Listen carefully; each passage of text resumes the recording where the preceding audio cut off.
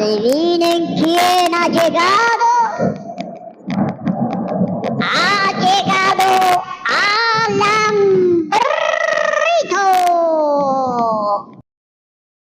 Ha llegado. Ha llegado Alambrito. Ha llegado. Adivinen quién ha llegado. Alambrito. Ha llegado Alambrito. ¿Cómo se llama? Se llama así.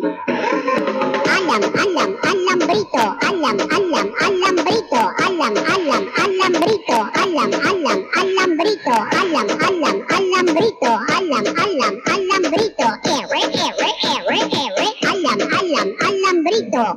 Mi amiguito Alambrito vive en una lomita. Él es muy humildecito, recoge papitas y tomates.